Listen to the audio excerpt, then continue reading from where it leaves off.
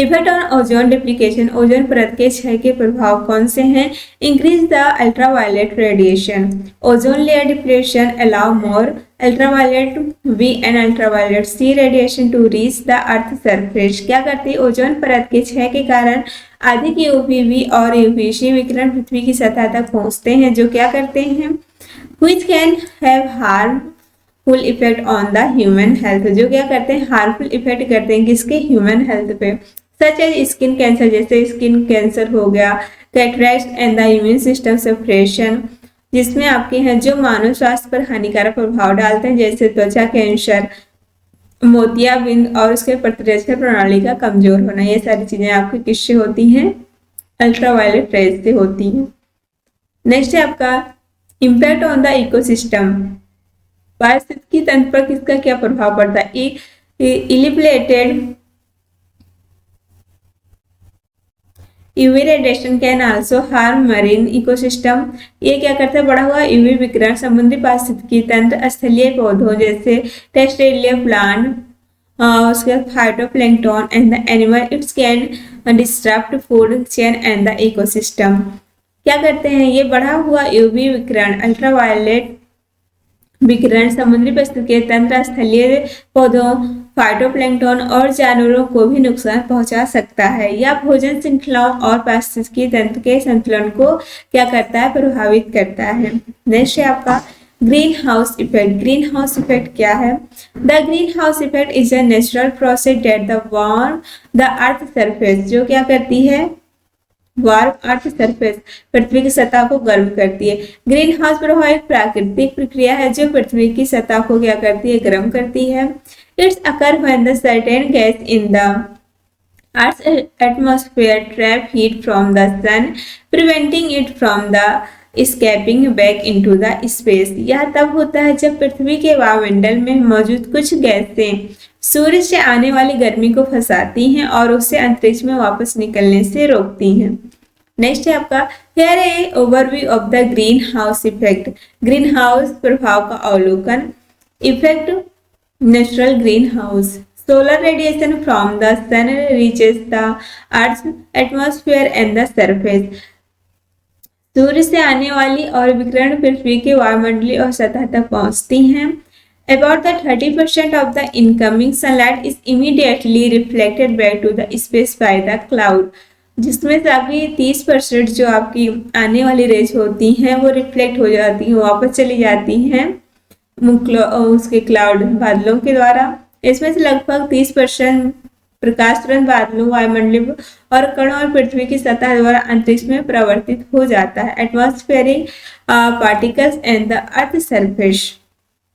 Next the remaining 70% is absorb by the earth surface, जिसमें से 70% absorb होती है अर्थ सरफेस के द्वारा। Warming it the earth then emits infrared radiation heat back into space. बाकी 70% विकिरण पृथ्वी की सतह द्वारा अवशोषित हो जाती हैं, जिसमें सतह गर्म होती है। इसके बाद पृथ्वी इंफ्रारेड विकिरण गर्मी के रूप में इसे अंतरिक्ष में उत्सर्जित करती हैं। Next green house gases. Certain gas in the earth atmosphere known as the green house gases. पृथ्वी के वायुमंडल में कुछ गैसें जिन्हें ग्रीन हाउस गैसें कहा जाता है, कौन कौन सी हैं? Absorb and the re-emit some of the infrared radiation trapped heat in the atmosphere. Infrared विकिरण का एक हिस्सा है, अवशोषित करती हैं और पुनः उत्सर्जित करती हैं, जिसमें वायुमंडलीय में गर्मी फंस जाती है। Next the major green house gases including carbon dioxide, जिसमें आपकी carbon dioxide, methane, nitrous oxide N2O, water vapour and the fluorinated gases होती हैं। मुख्य ग्रीन हाउस गैसों में carbon dioxide, methane, nitrous oxide, जलवाष्प और फ्लोरोसंधारित गैसें शामिल होती हैं। Next enhance the green house effect. वर्धित ग्रीन हाउस प्रभाव। Human activities such as burning of the fossil fuel, coal, oil and the natural gases, deforestation, वनों की कटाई and the industrial process have the significantly increased the concentration of the greenhouse gas in the atmosphere. मानव गतिविधियां जैसे जीवाश्म ईंधन, कोयला, तेल और प्राकृतिक गैस का दहन, उनको जलाना, वनों की कटाई, डिफॉरेस्टेशन और औद्योगिक प्रक्रियाएं वायुमंडल में ग्रीन हाउस गैसों की मात्रा का उल्लेखनीय वृद्धि कर रही हैं। इससे क्या होता है, ग्रीन हाउस गैसेस बढ़ती हैं। The enhanced greenhouse effect lead to the more heat being trapped. इस वर्धित ग्रीन हाउस प्रभाव के कारण अधिक गर्मी वायुमंडल में फंस जाती है, resulting in a warming of the earth surface and the changing in the climate, जिससे पृथ्वी की सतह का तापमान बढ़ता है और जलवायु परिवर्तन आते हैं। नेक्स्ट है आपका mitigation and the adaptation.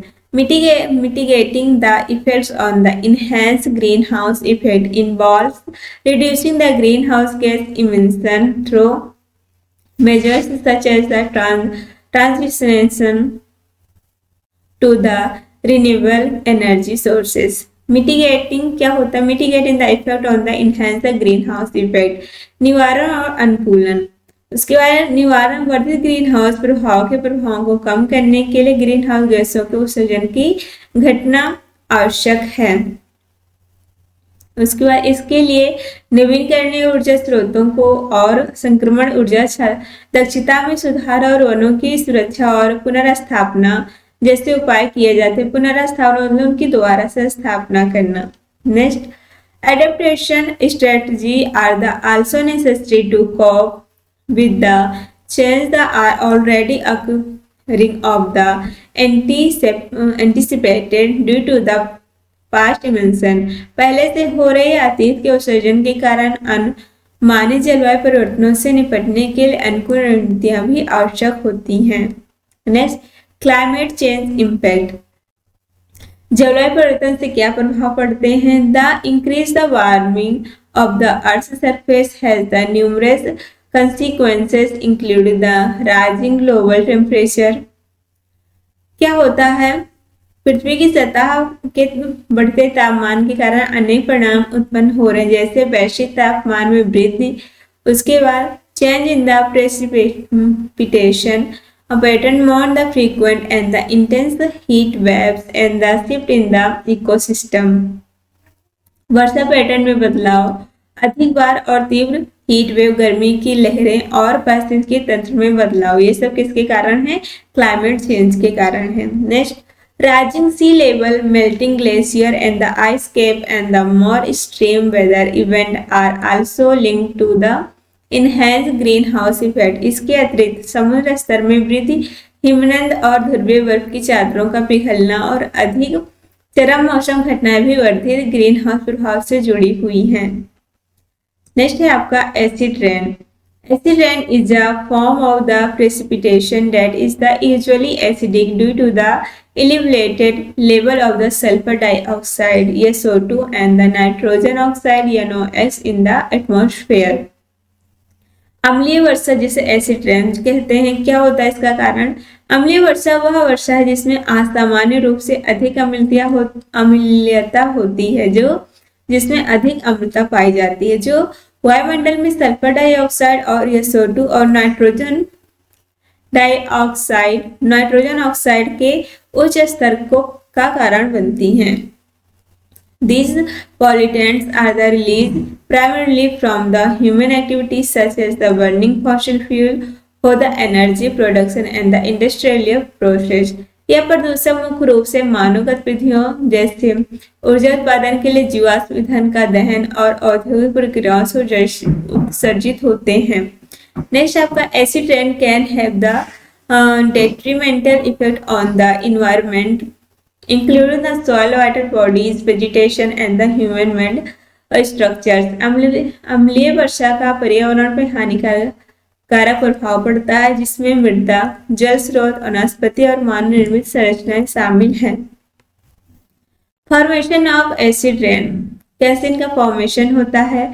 Sulphur dioxide and nitrogen oxide are release into the atmosphere. ये दोनों ऑक्साइड क्या होती हैं? रिलीज होती हैं कहाँ पे? एटमॉस्फेयर में। From the activities like burning coal, oil and gas as well as from the certain industrial process and the vehicles. अम्लीय वर्षा का निर्माण कैसे होता है? सल्फर डाइऑक्साइड, नाइट्रोजन ऑक्साइड वायुमंडल में उत्सर्जित होते हैं, मुख्यतः कोयला, तेल, गैस के दहन, कुछ औद्योगिक प्रक्रियाओं और वाहनों से। In the atmosphere, these the pollutant can react with the water vapor, oxygen, other chemical to the form the sulfuric acid. इसे H2SO4 के नाम से जाना जाता है। द नाइट्रिक एसिड से HNO3 के नाम से जाना जाता है। वायुमंडल में प्रदूषक जलवाष्प ऑक्सीजन और अन्य रसायनों के साथ प्रक्रिया करके सल्फ्यूरिक एसिड और नाइट्रिक एसिड का निर्माण करते हैं। उसके बाद क्या होता है, this acid can be combined with the water droplet in the air forming acid rain. उसके बाद ये अम्ल फिर हवा में मौजूद जल बूंदों के साथ मिलकर अम्लीय वर्षा का रूप ले लेते हैं। इन्वायरमेंटल इम्पैक्ट, इन्वायरमेंट पर इसका क्या प्रभाव पड़ता है। Soil, acid rain can lower the pH of the soil, ये मिट्टी की पीएच वैल्यू को कम कर देती है। Affecting the nutrient availability for the plant, disturbing oil microbial activity. उसके बाद क्या होता है, अम्लीय वर्षा मृदा की पीएच को घटाती है, जिससे पौधों के लिए पोषक तत्व की उपलब्धता प्रभावित होती है और मृदा में सूक्ष्म जीवों की गतिविधियां बाधित होती हैं। And the accurate soil condition can impact vegetation, कुछ पौधे मिट्टी की अम्लता में बदलाव के प्रति संवेदनशील होते हैं और इससे वनस्पति पर असर होता है। Water bodies, acid rain can lead acidification of the lake, river and the stream. अम्लीय वर्षा झीलों, नदियों और नालों को अम्लीकरण कर सकती है। This can harm aquatic life, ये एक्वेटिक जलीय जीवन को प्रभावित करती हैं। क्या होता है ये, जिसमें जल जीव, जिससे particular fish and other organism that are sensitive to change in the water pH. विशेष रूप से मछलियां और अन्य जीव जिन्हें पानी के पीएच में बदलाव से नुकसान पहुंचता है प्रभावित होते हैं। Vegetation, direct contact with the acid rain can damage the leaf of stems and plants. अम्लीय वर्षा के सीधे संपर्क से पौधों के पत्ते और तने क्षतिग्रस्त हो सकते हैं। The acidification of soil can affect plant health and the growth. इसके अलावा मृदा का अम्लीकरण पौधों के स्वास्थ्य और वृद्धि पर प्रभावित करता है। नेक्स्ट है आपका ह्यूमन मेड स्ट्रक्चर्स, मानव निर्मित संरचनाएं। Acid rain can accelerate the deterioration and the buildings. अम्लीय वर्षा चूना, पत्थर या संगमरमर से बड़े भवनों, स्मारकों और प्रतिमाओं के क्षरण की प्रक्रिया को तेज कर सकती है। Monuments and the statue made of the limestone of marble. The acid react with the minerals in these structures, causing the erosion and the corrosion. अम्ल इन संरचनाओं में मौजूद खनिजों के साथ प्रतिक्रिया करते हैं, जिससे अपरदन, इरोजन और संक्षारण, क्रियोशन होता है।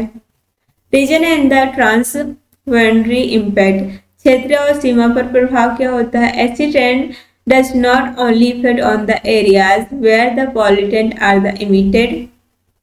अम्लीय वर्षा केवल उन क्षेत्रों को प्रभावित नहीं करती जहां प्रदूषक उत्सर्जित किए जाते हैं, बल्कि winds can carry the acidic pollutant over long distance. हवाएं अम्लीय प्रदूषकों को लंबी दूरी तक ले जा सकती हैं, causing the transboundary pollution and affecting the ecosystem for the pollutant sources. जिससे सीमा पार प्रदूषक होता है, प्रदूषण स्रोतों से दूर पारिस्थितिकीय तंत्र प्रभावित होते हैं। Next, acid rain control strategy, अम्लीय वर्षा नियंत्रण रणनीतियां क्या है, गतिविधियां क्या हैं। Strategy to control acid rain include the using the clear energy sources. अम्लीय वर्षा को नियंत्रित करने के लिए कुछ रणनीतियां अपनाई जा सकती हैं, जैसे क्या है आपकी implementing the emission control on the industrial facility and the vehicle, promoting the sustainable practice to reduce the dependence on the fossil fuel. क्या होता है इसमें, स्वच्छ ऊर्जा और क्लियर एनर्जी सोर्स का उपयोग करना, और भी प्रतिष्ठानों और वाहनों पर उत्सर्जन नियंत्रण, इमिशन पर कंट्रोल करना, जीवाश्म ईंधनों पर निर्भरता कम करना और सतत सस्टेनेबल प्रथाओं को बढ़ावा देना। और पीडीएफ के लिए आप आ सकते हैं वार फार्म से पर यहाँ पे आपको पीडीएफ के साथ साथ और भी चीजें मिल रही हैं। कौन कौन सी हैं वो? इंग्लिश और हिंदी दोनों लैंग्वेज में आपको top 30 short question answer, top 20 long question answer, important topic, most important question paper और मॉडल पेपर प्रैक्टिस सेट यहाँ पे आपको करवाया जाता है। और सेम एज आपको सेकेंड ईयर के लिए भी सारी चीजें अवेलेबल हैं, तो उसके लिए आप वार फार्म से पर आ सकते हैं और अपनी तैयारी को और भी बेटर कर सकते हैं।